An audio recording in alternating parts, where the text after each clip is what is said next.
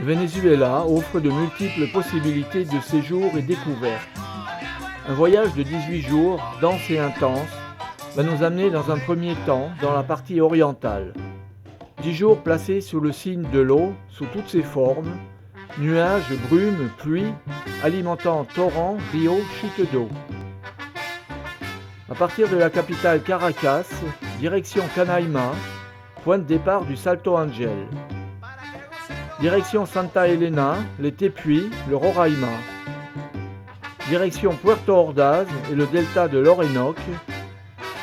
Et puis la deuxième partie du voyage nous amène à Barinas pour nous permettre d'atteindre la partie centrale du Venezuela et les fameux Llanos et son incroyable densité animalière. Après un vol pour Ciudad Bolívar, c'est en Cessna que nous rejoignons Canaima. De gros nuages préfigurent les jours à venir, malgré le choix du mois de février pour bénéficier du climat de la saison sèche. Des pluies torrentielles vont nous arroser quotidiennement.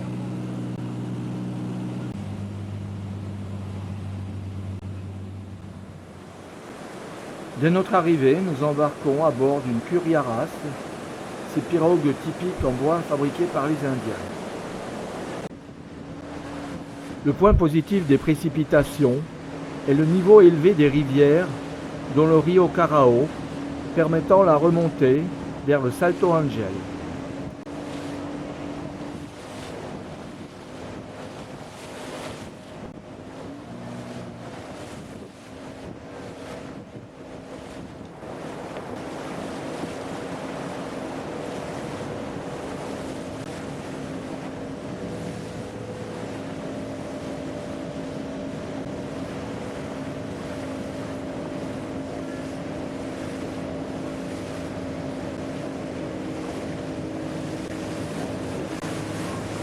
Quelques heures plus tard, et une marche à travers la forêt équatoriale, se dévoilent les 972 mètres de la plus haute chute du monde.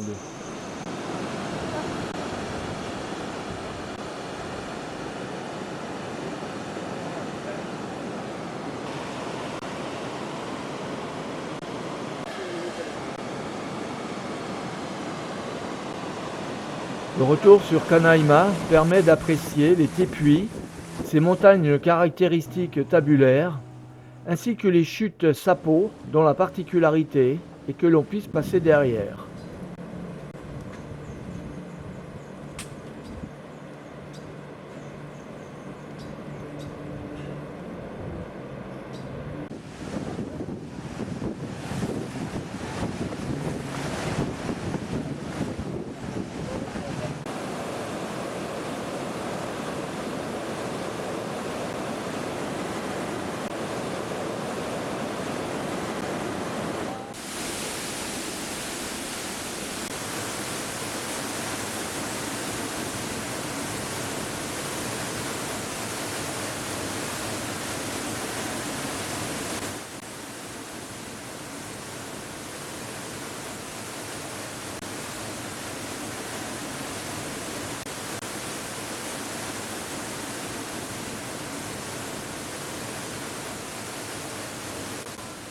Direction le sud, 1h30 de Cessna pour atteindre Santa Elena à la frontière brésilienne. Nous survolons les méandres du Rio Carao et au passage, on peut entrevoir furtivement le Salto Ángel, masqué en partie par les nuages toujours aussi abondants.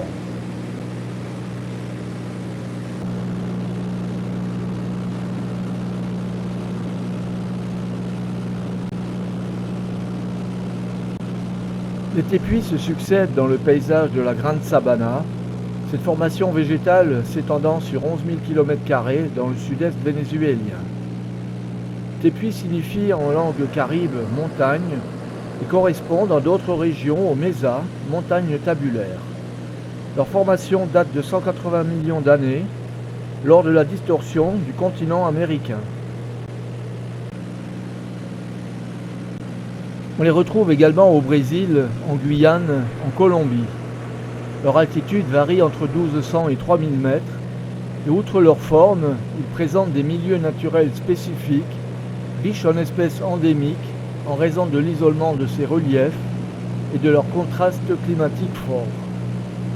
Ils sont nombreux et les plus notables au Venezuela sont entre autres le Kukenan et le Roraima, le plus haut, dont le sommet est notre prochain objectif.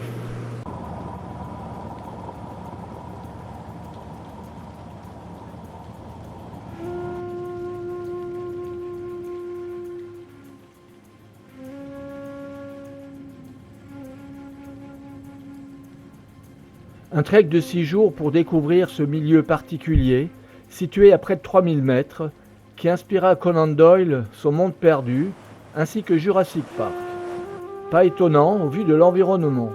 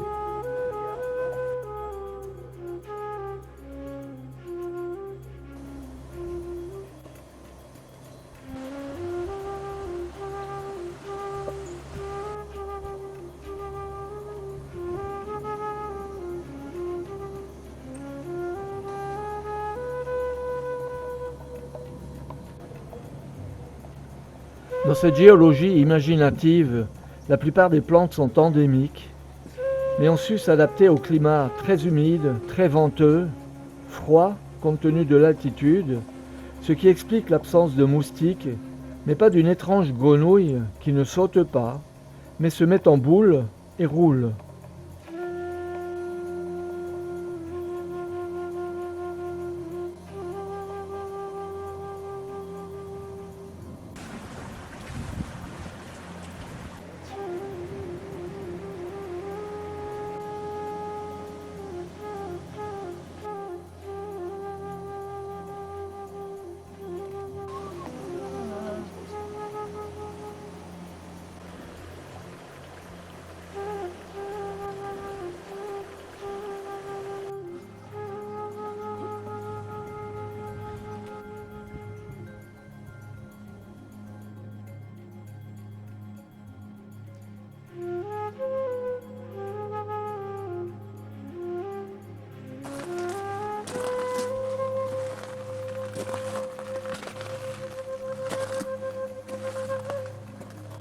Avec une dizaine de kilomètres de longueur et moins de 5 de large, le Roraima se situe à l'intersection du Venezuela, du Brésil et de la Guyane.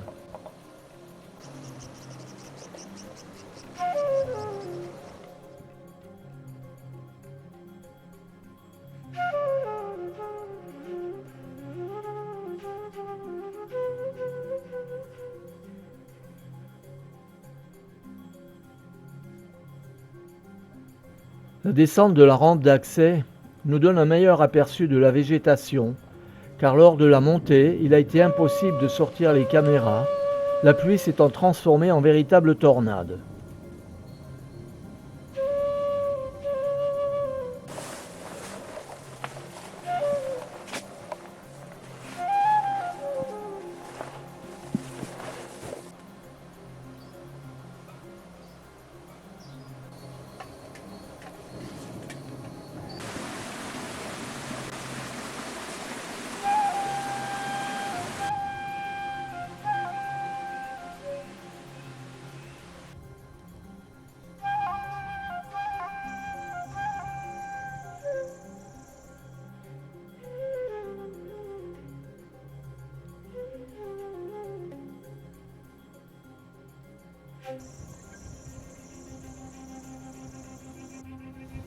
Nous retrouvons notre véhicule à Paratepuy Départ du trek à 70 km de Santa Elena.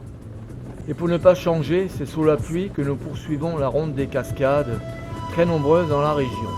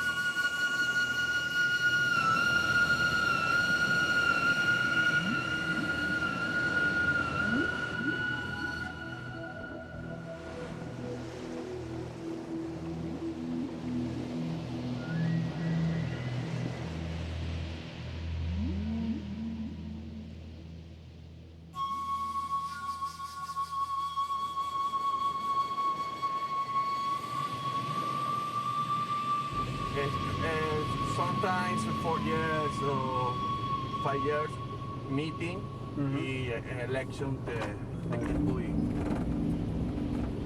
inside the club.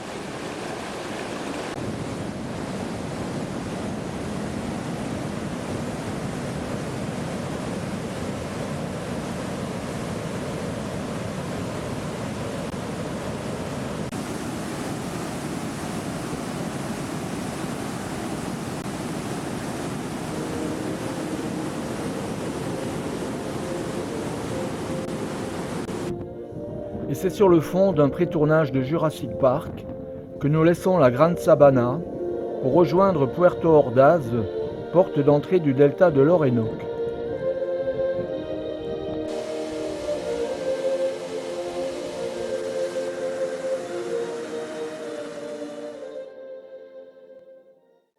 À Puerto Ordaz, direction Tucupita pour un embarquement sur l'Orénoque.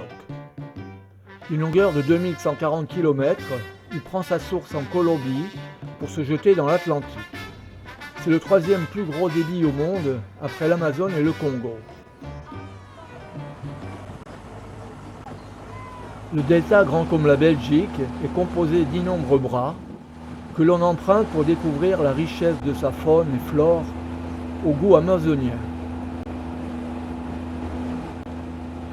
Une immersion 2 jours durant n'est suffisant dans ce milieu difficile de par la chaleur torride d'un soleil cuisant quand ce n'est pas des pluies diluviennes. Une jungle luxuriante où l'on est en quête d'insectes, reptiles, volatiles.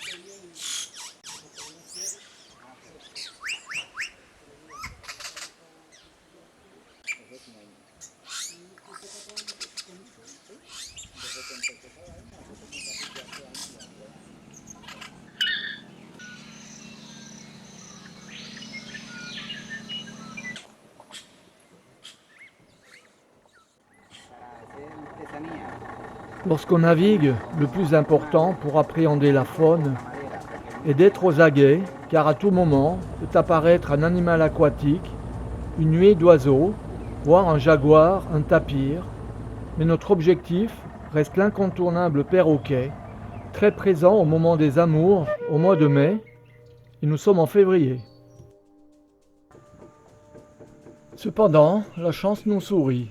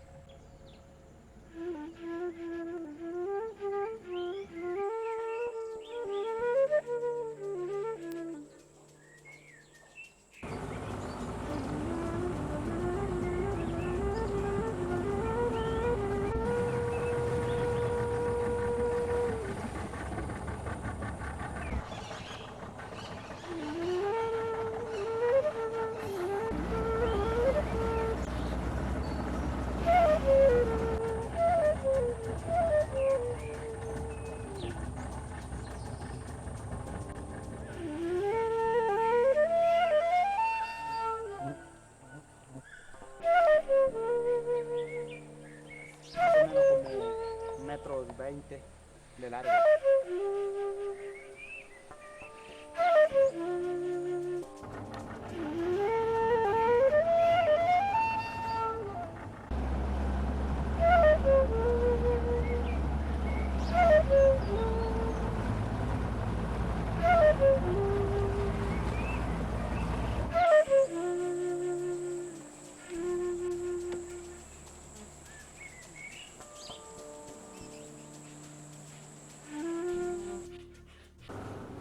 Quant aux habitants du delta, ils sont en partie constitués par les Warao, signifiant maîtres des pirogues dans leur langage.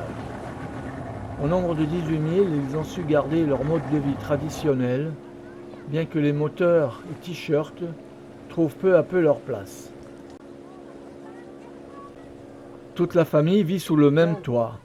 Le régime étant matriarcal, l'homme vient habiter chez sa femme et beaux-parents.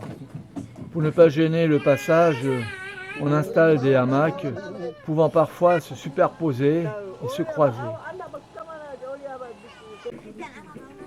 Ils vivent de chasse, de pêche, de vente d'artisanat et de ce que leur procure le palmier moriche, fondamental à leur subsistance. Ils confectionnent leur toit avec les feuilles et à partir du bois, des ustensiles, des outils de travail. Du centre du tronc, ils tirent une farine pour faire du pain. Ils mangent ses fruits et les larves du bois.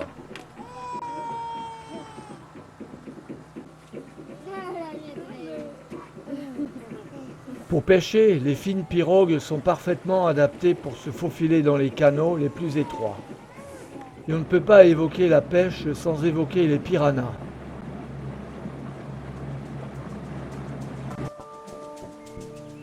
Une technique simple, un fil, un hameçon, un bout de viande.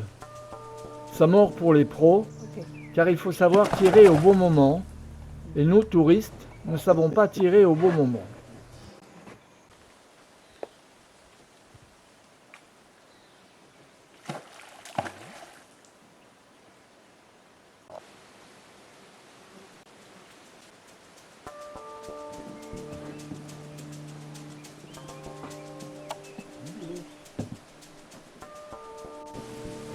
On a dit beaucoup de choses sur la voracité des piranhas. Chacun se fera son idée, mais il est vrai que les dents ont l'air bien acérées.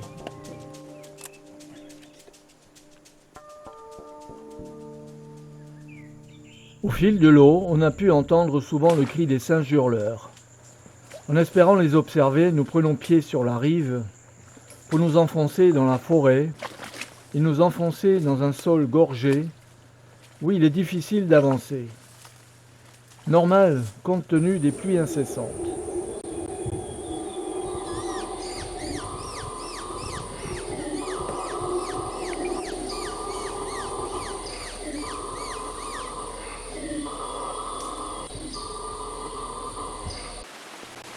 Et si on a pu entendre ces cris qui vous glacent, sans les apercevoir, ce que l'on aperçoit et entend parfaitement, c'est la pluie qui vous détrempe.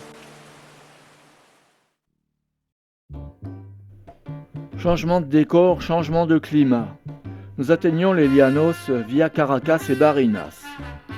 Les Llanos sont de vastes plaines herbeuses s'étendant de la Colombie au Venezuela, où l'on pratique l'agriculture et l'élevage bovin.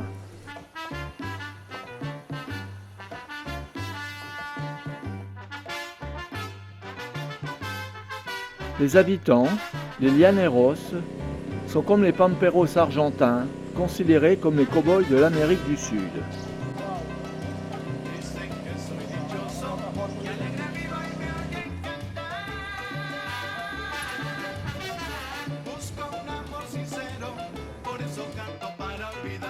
Les exploitations, appelées hatos, sont nombreuses et représentent de véritables réserves écologiques.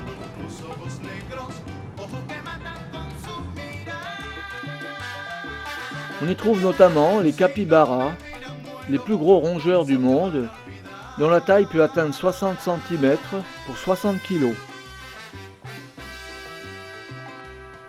C'est un mammifère pouvant vivre une douzaine d'années et d'une étonnante cohésion sociale. Ainsi, dans un même groupe formé d'une vingtaine d'animaux, les jeunes peuvent être confiés à l'un des adultes, mâle ou femelle, ce qui permet aux parents de profiter, se baigner, se nourrir, sans trop de risques pour leur progéniture.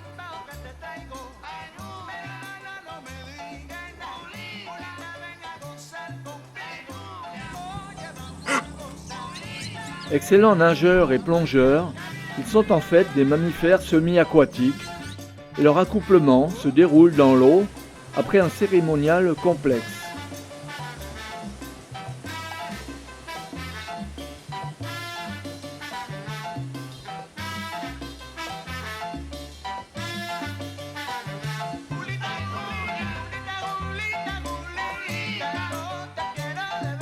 Autre animal emblématique des Llanos, omniprésent, le crocodile, le caïman.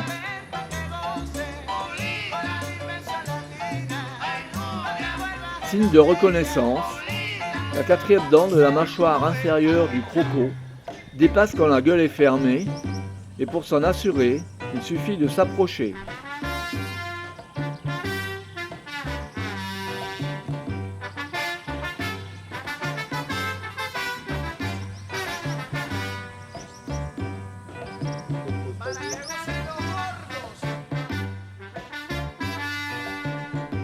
Et que dire des oiseaux, un paradis ornithologique présidé par l'ibis rouge, dont les colonies peuvent atteindre plusieurs milliers d'individus.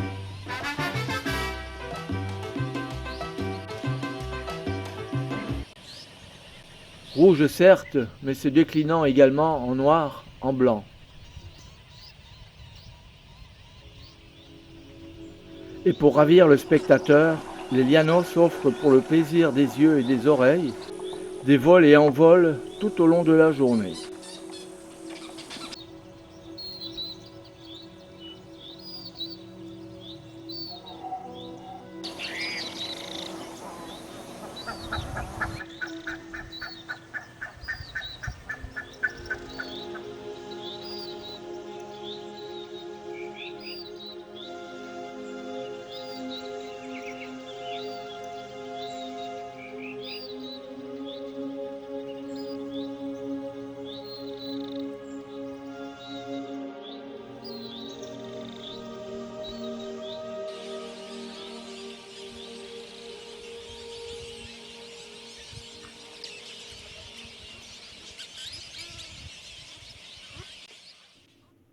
Plusieurs sorties sont programmées. Chacune a pourtant son lot d'émotivité. Nous sommes en période sèche avec des terrains découverts, alors qu'en période de pluie, de juin à décembre, l'eau envahit toutes les plaines, dispersant les animaux. Il subsiste cependant des points d'eau assez importants, où capis, crocos, ibis et compagnie viennent patauger, se rafraîchir d'une chaleur de près de 40 degrés.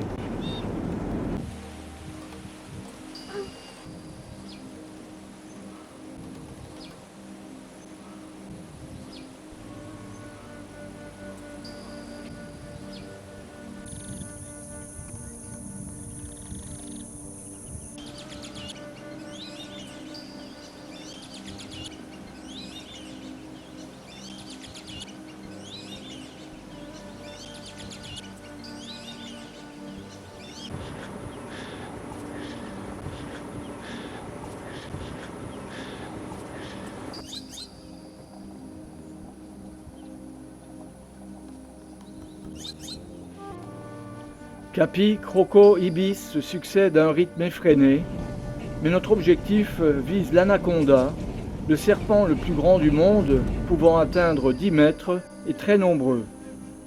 Malheureusement sans succès, notre passage ne coïncide pas avec son réveil hivernal, et malgré nos recherches, nous n'en verrons pas. Mais nos investigations sont largement récompensées par des spécimens reconnus et certains non prévus, tels cette spatule en quête de nourriture,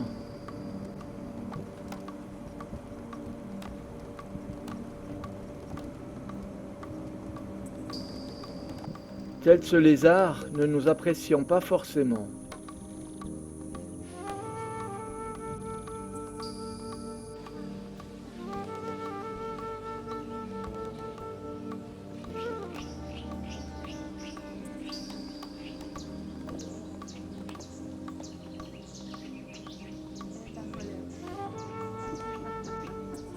Et puis un singe hurleur, n'hurlant pas, mais nous avons en mémoire du delta, son hurlement, et quand on voit sa bonne bouille, on ne comprend pas sa complainte.